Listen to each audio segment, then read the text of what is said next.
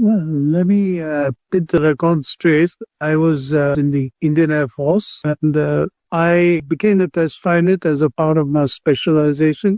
Because I was a test pilot, when the selections happened, then they chose from amongst test pilots, and at that time I was young and I was fit and I had the qualification, so I was lucky enough to have been chosen. And then we were after selection we moved to Star City in Moscow, just outside Moscow for our training. The training went on for 18 months, which culminated into this is the Indo-Soviet space flight of 1984. It was an 8-day mission, and during those 8 days, we carried out experiments which were designed by Indian scientists. We used recording equipment and recorded the results on apparatus which was made by Indians. Yeah, well, 40 years had passed, as you know. When I returned, I went back to the Air Force and I went back to my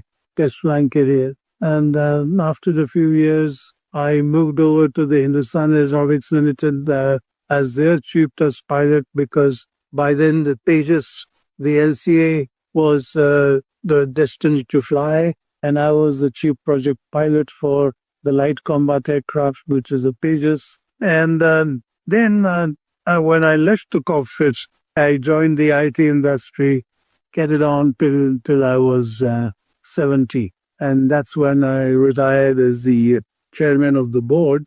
And so that really has been my journey, and it has been very rewarding and very fulfilling. Starting from the Air Force, I'm going up into space, returning back, carrying on with my test flying career. And here I am now speaking with you, waiting for the second Indian astronaut to go.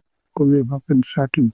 I go on the 10th of June. 2-day beautiful. And because in our country, as you know, we have everything. We got a long coastline. We got the Ghat section. We got plains. We have deserts. We got tropical forests. We've got mountains, hills and mountains, Himalayas. So beautiful sights, different colors. You see, the day and night, it was very unusual, because what happens is that it takes just 90 minutes to go around the Earth, and half the Earth is sunlit, while the other half there is night. So you're transiting from daylight to darkness and then back to daylight every 45 minutes. So you get to see a sunrise and a sunset 45 minutes apart, time and time again, because about 17 orbits you can do, 16 to 17 in a 24-hour cycle.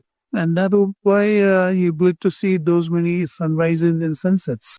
You see, the human is always thirsty for knowledge, is adventurous, whether male or female. So therefore, whatever will happen, yes, initially I suppose tourism will happen, but exploration will also keep going on side by side.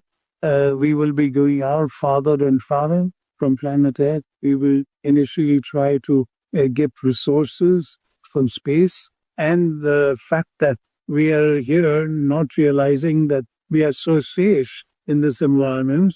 Anywhere outside is a very hostile environment. So therefore, we really need to preserve what we had, which means we need to end conflict. We need to forget about our weapons. We need to forget about contemplation. We need to start cooperating instead, because this plant belongs to everyone. It's not the sole preserver. Well, I would tell them keep the whether we like it or not.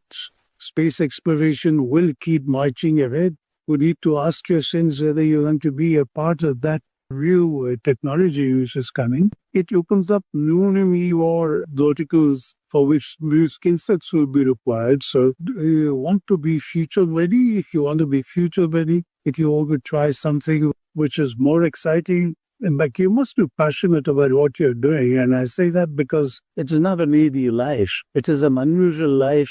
It's a difficult life. It's the life that will need a lot of adjustments. So are you ready for all that? We progress, and so, but we have to fix the way we live together as a community. Well, yeah, so family support is very important, obviously, in the sense that we come from a traditional society, and I'm talking about us Indians, where generally the parents decide what the child should do. I think things are changing and things should change because if you can identify your child's interests, then I think in a snitch, a child follow that interest because only if you are interested in something will you become passionate about it. And if you're passionate, then you will succeed in what you had. Yeah, I think India is very fortunate because of our rich culture and heritage. And our earlier years ago, we've shown the world what soft power can do without wanting to dispossess people of their wealth.